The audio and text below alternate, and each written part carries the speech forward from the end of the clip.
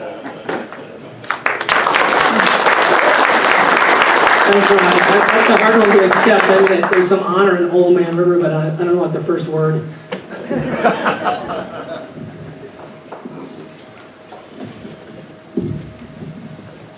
Is this good? You guys can all hear me back there. Do we need this light on? No. Good. I don't. Thank you for inviting me. This is a fun group to come through. The real expert is over at the table here, Terry Michelle, so I can't wait to listen to him. But for me, for 3 years, I was a part-time guest speaker on American Cruise Line boats on the Mississippi River. And the people who talked me into doing so said that if I traveled on the lower Mississippi River, I had to give a presentation on Vicksburg. And as I started researching that, I quickly learned that I couldn't do one presentation. I had to do two, really 2.5. And the Mississippi River campaign, it just reached so far beyond the Mississippi. It was such a bigger story. I had to develop those presentations that led up to the siege of Vicksburg, which is a talk I'll give after the break. I also learned that the cruise boats often offered excursions to popular plantation sites like Hummus House in Oak Alley, and to the city mansions of the cotton and sugar lords, such as Melrose and Rosalie and Natchez. Guests often heard that, not counting slaves, Natchez had more millionaires per capita than any city in the United States. Jefferson Davis, who Harding Carter referred to as the stubborn aristocrat of Natchez, was one of those millionaires. He courted and married Marina Howell at the Briars in Natchez. And after visiting these places, I realized that the guests got a really kind of a local story. They didn't get the broad context for plantations that they were visiting or these sites they were visiting. And so I had to develop something for that context. So I developed what I call a plantations context. I wanted to provide the guests with the context for the lower Mississippi in the build-up to the Civil War. And I believe that that piece of this story is just as important for you this morning. What I want you to take away from this is how vital the lower Mississippi River and Vicksburg were to the South and the Civil War's outcome. I'll begin with cotton. In his essay, Cotton in the U.S. South, Harvard history professor Sven Beckert says, cotton growing was the most significant economic activity of Southerners, and the American South mattered more to the national and global economies because of cotton. While settlers introduced cotton into Florida in the late 1700s, it really wouldn't take off until 1793 when Eli Whitney invents the cotton gin. And his cotton gin effectively separated the seed from the fiber, and it increases the productivity by a factor of 10. And so the rush for cotton lands is on. Here are a series of maps showing the spread of cotton agriculture between 1790 and 1860. And I want you to focus on the shaded areas, and you can see those in the back. I want you to get the general idea here. And I'll quickly move through these maps. In 1800, it's cotton spreading into North Carolina and Virginia, and it starts going into Tennessee by 1800. By 1810s, cotton has clearly crossed the Appalachian Mountains. It's starting to move up the Mississippi River Valley. A decade later, portions of the Delta are producing 5,000 bales per parish. Now look at the spread of cotton as I go through these maps. 1820, and look at the Mississippi Valley in particular. 30, 40, 50, 60. Look at the spread of cotton. Look at the concentration in the lower valley. Now look at the exponential increase in U.S. output of cotton between 1800 and 1860. It jumps from 35 million to 2.28 billion pounds. And between 1830 and 1860, the Mississippi River Valley states came to dominate cotton production.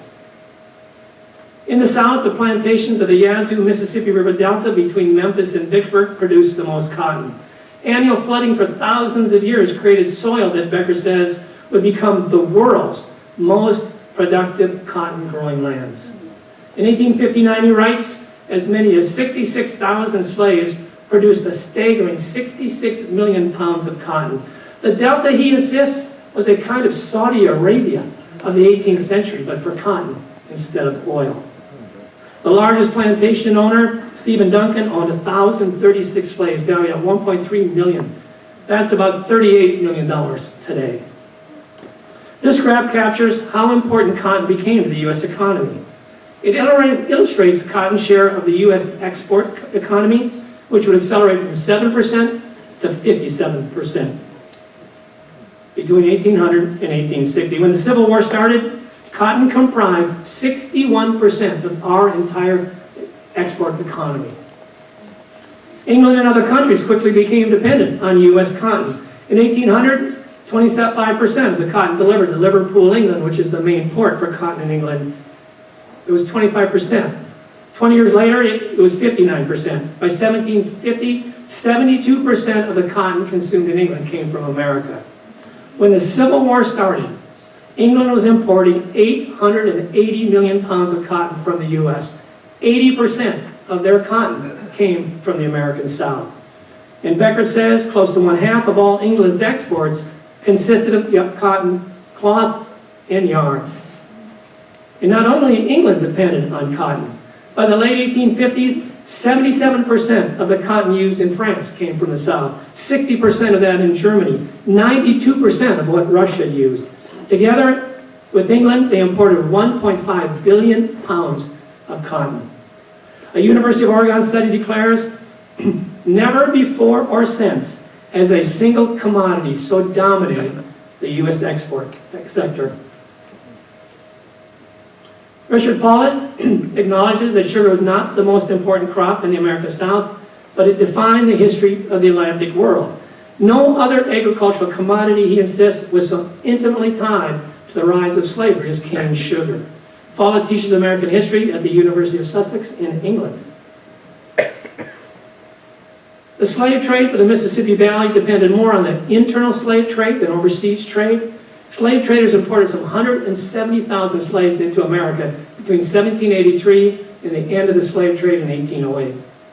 The international trade ended just as cotton and sugar were starting to surge in the lower Mississippi Valley, which meant that the slaves were going to have to come from the internal slave trade. By 1860, the internal slave trade moved over 1 million slaves from the east into the lower Mississippi Valley. And New Orleans would become the nation's leading slave market, followed by Natchez, Mississippi. This next series of maps shows the geographic expansion of slavery tied to cotton. This is 1790, 1800, and slavery really centers at this time in the middle and southeastern states, mainly for tobacco cultivation. By 1810, slavery is quickly moving into the Mississippi River Valley and along the Ohio River in Kentucky. And look at the expansion of slavery as I go through these slides. 1810, 20, 30, 40, 50, 60. Again, it's coming strong in the lower Mississippi Valley.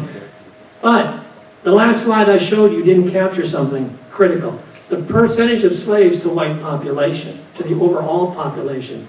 As a region, the lower Mississippi had the largest concentration of slaves to white population. And those slaves weren't just essential to growing, tending, and harvesting cotton. They were critical to financing cotton and sugar production. And that financing, Beckert shows, came from a never-ending supply of European capital.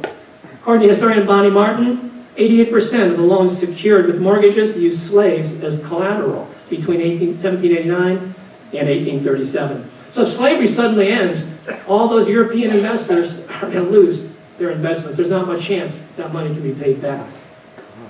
Planters, especially the wealthiest, used slaves to invest in technology. Once steam power became available, it replaced animal-powered sugar mills with semi-industrial steam-driven facilities.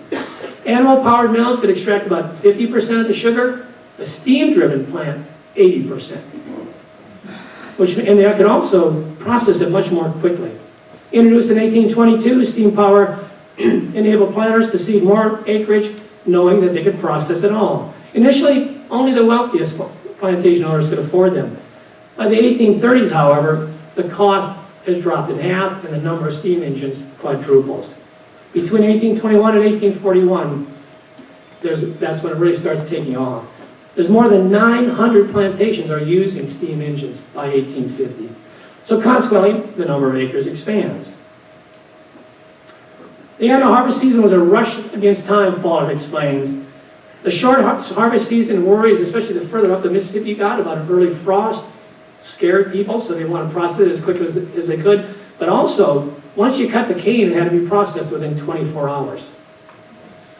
In 1861, the 1861 harvest was, Follett notes, the largest sugar crop on record and the crowning moment for the antebellum sugar masters. Sugar plantations dominated the valley below Baton Rouge and cotton above. On this map, it's like, imagine this right side is actually below the left side. So Baton Rouge is the dividing point. All yellow and green are sugar plantations from New Orleans up to Baton Rouge. The blue and red are cotton plantations. So as Farragut comes up the Mississippi, he's going by cotton plantations, or sugar plantations, and cotton plantations. If this map extended up to Vicksburg and Memphis, it'd be all blue and red. The cotton is up there. By the eve of the Civil War, sugar and cotton were essential to the country's domestic needs and among America's most important crops. And they concentrated slavery in the lower Mississippi Valley. While both crops defined the lower river on the eve of the Civil War, cotton dominated. In 1858, South Carolina Senator James Hammond believed that no one would threaten the production of a commodity so central to the American economy. Cotton is king, he declared. Who can doubt that cotton is supreme?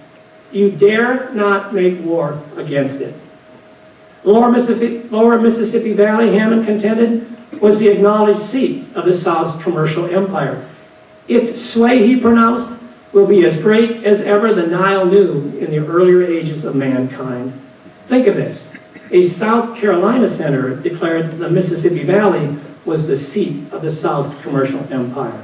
The lower river was going to be on par with those of the Nile. This is the world the Union planned to invade, and the empire the Confederates had to defend at all costs. Despite Hammond's boasting, the North believed the war for Union was worth the economic catastrophe it would incur. Becker makes clear the consequences of the Civil War were global. So important was cotton grown in the American South that the Civil War marked, he insists, one of the most important events in the history of global capitalism. The world's first true raw materials crisis, he demonstrates, slowed or stopped production at hundreds of factories, putting hundreds of thousands of workers in the areas of England, Germany, Switzerland, France out of work. The production of cotton cloth and thread was England's largest industry. Cotton-related manufacturing directly employed over 600,000 people. Indirectly, through family units and other trades, a quarter of England's population depended on cotton. Now consider what I've told you in the context of the Civil War and our focus on Vicksburg today. Cotton and sugar grown in the lower Mississippi River Valley were of worldwide significance. Because of those commodities, New Orleans was the fourth most important commercial port in the world, and by far the South's largest city. How could the South not defend this river, this empire, at all costs? Following his election, President Abraham Lincoln knew that in the coming war, England and France would be looking to see where the war was going. When the war began, he would look to the Mississippi River Valley in Vicksburg to make sure France and England did not side with the American South. So I'm going to end with just one quick map. This is just geographic context for all of you not familiar with it necessarily. Cairo is here at the confluence of the Ohio River, St. Louis is upstream. But we'll be focusing down on Memphis, and then down away is Vicksburg, Natchez, Baton Rouge, New Orleans. So just kind of get that geography in your mind. And I will hand it back to Ron.